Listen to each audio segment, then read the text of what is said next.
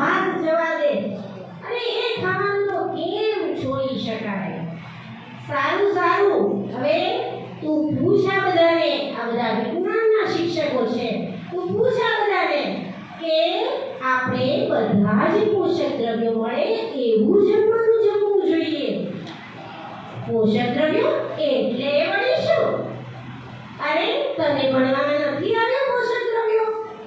ના ના, હજુ એ પાઠ ચાલ્યો નહીં હોય મમ્મી.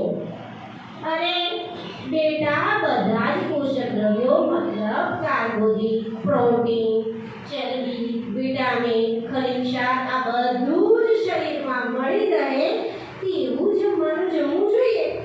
પણ મમ્મી, બધું બધામાં મળતું જ હોય, બહારનું ખાવાનું કેટલું મજા આવે.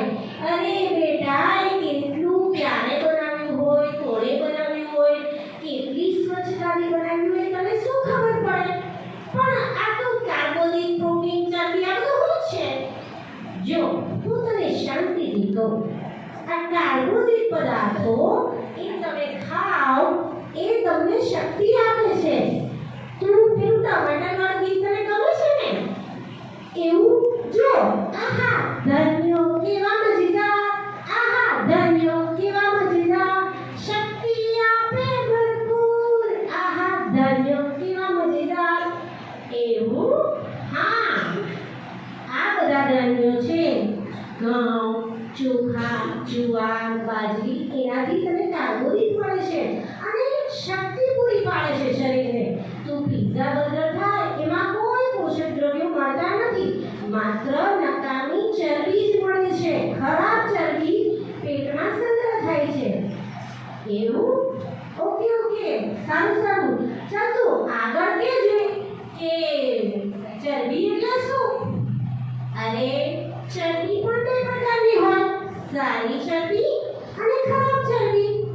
સારી ચરબી આપણને ક્યારે મળે? તો કે આપણે ઘી, માખણ એ બધું ખાઈએ તો એ સારી ચરબી એમાંથી મળે, એ આપણા શરીર માટે જરૂરી છે.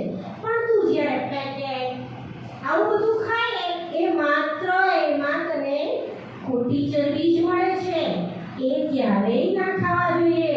ના ના ના, એ ના ખાવાના. Okay okay mummy. હવે પ્રોટીન શું છે? પ્રોટીન, અરે આ તું દાળ નથી ખાતો ને, બધી કઠોળ નથી ખાતો ને, માત્ર બટેકા બટેકા બટેકા નહીં, એ નહીં ખાવાના. પ્રોટીન બધી દાળમાંથી, કઠોળમાંથી આપણને પ્રોટીન મળે છે, જે આપણા વૃદ્ધિ અને વિકાસમાં મદદ કરે છે. તું જો કે આપણે એ ખાઈએ તો તારો શરીરનો વિકાસ અને વૃદ્ધિ સારા થાય. તને ખબર છે ઓલા જે નીલમબેન છે ને, નીલમબેન, એ નીલમબેન કેટલું સરસ ક્રિકેટ રમે અને સિક્સ જ મારે આવું મળે. એક બોલ ફેંકો એટલે સીધી સિક્સ.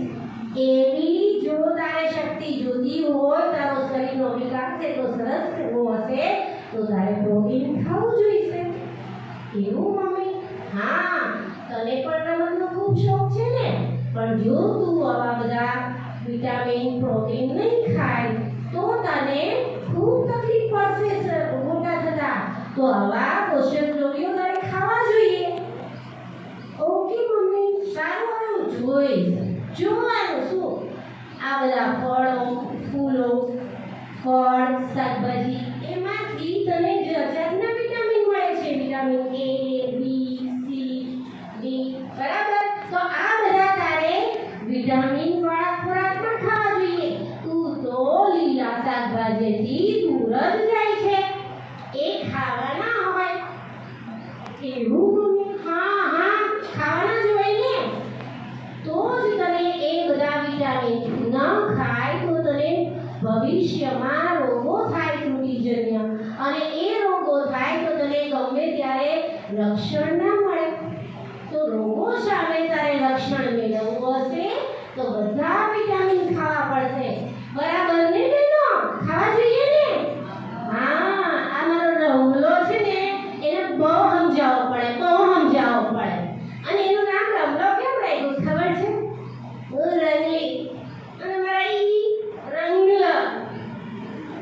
અને અમે મંગળવારે મળ્યા હતા ને, હમણાં મેચિંગ ટ્રેન ચાલે ને, અમે બહુ વચ્ચે